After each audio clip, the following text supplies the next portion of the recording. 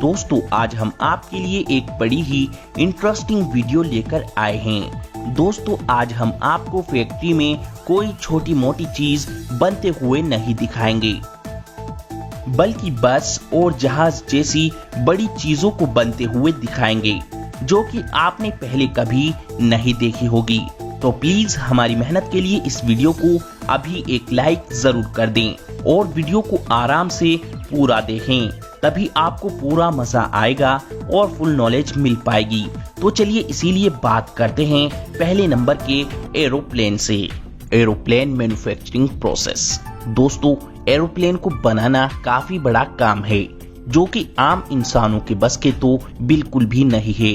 इसीलिए जो company aeroplane बनाती हैं वे अपनी फैक्ट्री में दुनिया के टॉप इंजीनियर्स से ही ये काम कराती हैं। इसीलिए फैक्ट्री में एरोप्लेन बड़ी बड़ी मशीनों की मदद से और इंजीनियर्स की मदद से तैयार किए जाते हैं। दोस्तों आज हम आपको जहाज बनाने वाली बोइंग कंपनी से मिलाएंगे जो कि बड़े बड़े एरोप्लेन बनाने में सबसे आगे हैं। ये कंपनी मात्र 8 से 10 दिनों के अंदर एक एरोप्लेन बड़ी आसानी से तैयार कर देती है, जो कि इतने कम टाइम में बनाना और कंपनी के लिए बहुत मुश्किल है।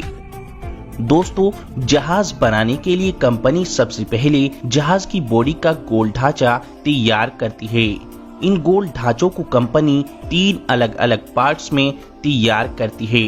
इन तीनों ढांचों को तैयार करने के बाद इन्हें फिटिंग डिपार्टमेंट में ले जाया जाता है, जहां पर इन तीनों के आगे के और पीछे के पार्ट्स को एक साथ जोड़ा जाता है। यहाँ ये मशीन इन तीनों पार्ट्स के जोड़ों को अच्छे से लॉक करती हुई मजबूती से जोड़ देती है। फिर जहाज के इन तीनों हिस्सों को जोड़ने के बाद जहाज की बॉडी को अंदर से तैयार किया जाता है, जहां पर जहाज के गेट, विंडो और जहाज के अंदर का इंटीरियर तैयार किया जाता है। इसके बाद अंदर से प्लेन की पूरी बॉडी को अच्छे से पैक किया जाता है। ये सब काम कंपनी 3 दिनों के अंदर अच्छे से पूरा कर लेती है। इसके बाद चौथे दिन जहाज के दोनों पंखों को लगा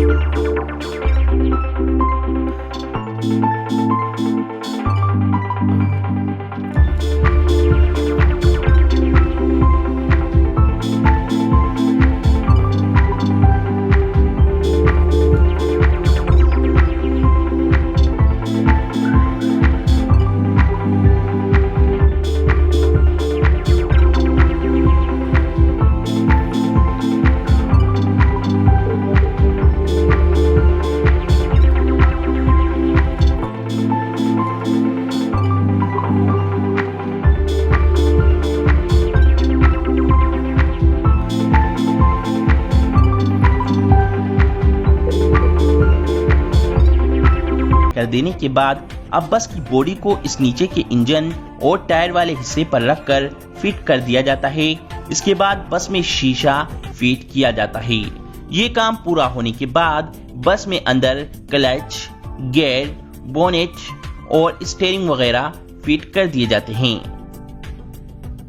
इसके बाद बस की सीटें तैयार की जाती हैं। सभी सीटें तैयार होने के बाद बस के अंदर फिट कर दी जाती हैं। अब आपकी बस बनके तैयार है। अब बस के सभी चीजों की अच्छे से टेस्टिंग की जाती है। टेस्टिंग करने के बाद बसों को वॉश करके ऑर्डर करने वाले व्यक्ति को भेज दी जाती है। Plywood making process. दोस्तों, लकड़ी की प्लाई बोर्ड को कौन नहीं जानता। जब भी घर में दरवाजे, अलमारी, सोफा और बेड बनाने की बात होती है तो इनको बनाने के लिए प्लाई की जरूरत पड़ती ही है। लेकिन दोस्तों, लकड़ी की ये प्लाई आखिर बनती कैसे है? क्या आपको पता है? आपने ये तो सुना ही होगा, ये प्लाई पेड़ों से बनती है। लेकिन पेड़ों से कैसे बनती है, चलिए जानते हैं। प्लाई बनाने के लिए सबसे पहले बड़े बड़े पेड़ों की कटाई की जाती है। उसके बाद उन पेड़ों को छोटे छोटे पीसेस में काट लिया जाता है, जिन्हें काटकर प्लाईवुड फैक्ट्री में लाया जाता है। यहाँ पर आने के बाद इस प्लाईवुड फैक्ट्री में पेड़ों के कटे पीसेस को एक मशीन पर लगाया जाता है। ये मशीन पेड़ों की ऊपरी परत यानी पेड़ों के बक्कल को अच्छे से साफ कर देती है। साफ होने के बाद पेड़ों के पीसेस को दूसरी मशीन पर लगा दिया जाता है। यहाँ पर ये मशीन पेड़ के टुकड़े को पूरी तेजी से घुमाती है, जहाँ पर एक ब्लेड भी लगा होता है। ये ब्लेड घूमती हुई लकड़ी पर से एक पतली लेयर छीलनी शुरू कर देता है।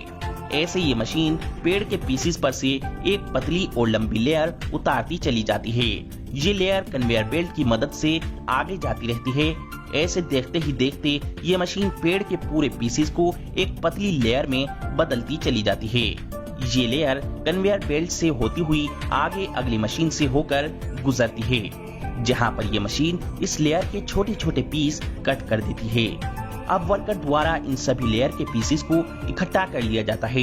इन सभी पीसेस को इकट्ठा करने के बाद इनके गड्ढे बना लिए जाते हैं। उसके बाद जितने mm की प्लाई बोर्ड कंपनी को बनाना होता है उसी हिसाब से कई सारे लेयर के पीसेस को एक साथ उठाकर एक प्रेस मशीन में डाल दिया जाता है।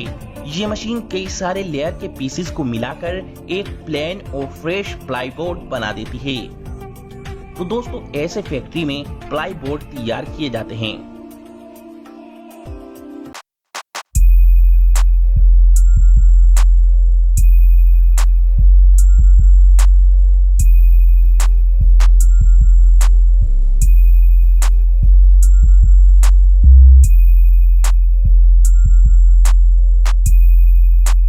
ये जानकारी सिर्फ आपकी जनरल नॉलेज बढ़ाने के लिए है। आपने हमारी बनाई गई इस वीडियो से फुल एंजॉय किया होगा, तो प्लीज हमारी वीडियो को लाइक करके अपने दोस्तों के साथ शेयर करना मत भूलें और हाँ, इस चैनल को सब्सक्राइब करना भी मत भूलें।